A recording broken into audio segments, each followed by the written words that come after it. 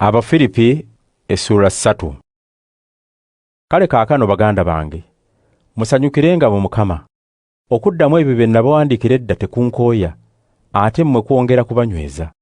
Mwekuumenga ab'empisa embi era abakomola omubiri b'empita embwa.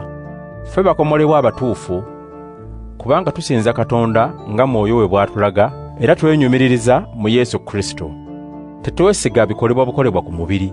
Ne bwe kwandibadde okwesiga ebikolebwa obukolebwa ku mubiri, nze mbasinga abo. Nze nakomolebwa ku lunaku olw'omunaana okuva ku kuzaalibwa kwange.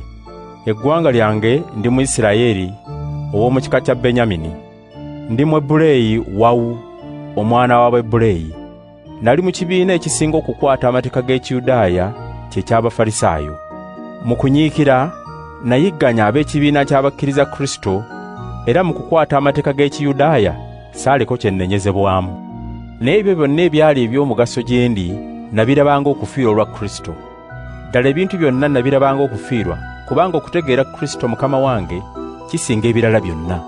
Olwa Kristo nafiirwa ebintu byonna, era mbirabanga ebisasiro olw'okufuna Kristo ng'empeera yange, ndyoke mbeere mu ye, nga sirina butuukirivu bwange ku bwange obuva mu kukwata amateeka g'Ekiyudaaya, wabula nga nnina obwo obuva mu kukkiriza Kristo, era obuva eri Katonda obwesigamye ku kukkiriza. Kye njagala kwe kutegeera Kristo, era n'okutegeera amaanyi agava mu kuzuukira kwe. Njagala okugabana ku kubonaabona kwe, era n'okumufaanana mu kufa kwe, nga nsuubira nti nange ndizuukira. Sigamba nti ekyo mmaze okukifuna, oba nti mmaze okutuukirira, wabula ŋŋenda mu maaso, nga ngezaako okufuna ekyo Kristo Yesu kye yagenderera mu kunfuula owuwe. Abooluganda, manyi nti sinnakifuna, naye kye nkola kwe kwerabira eby'emabega ne nduubirira ebiri mu maaso.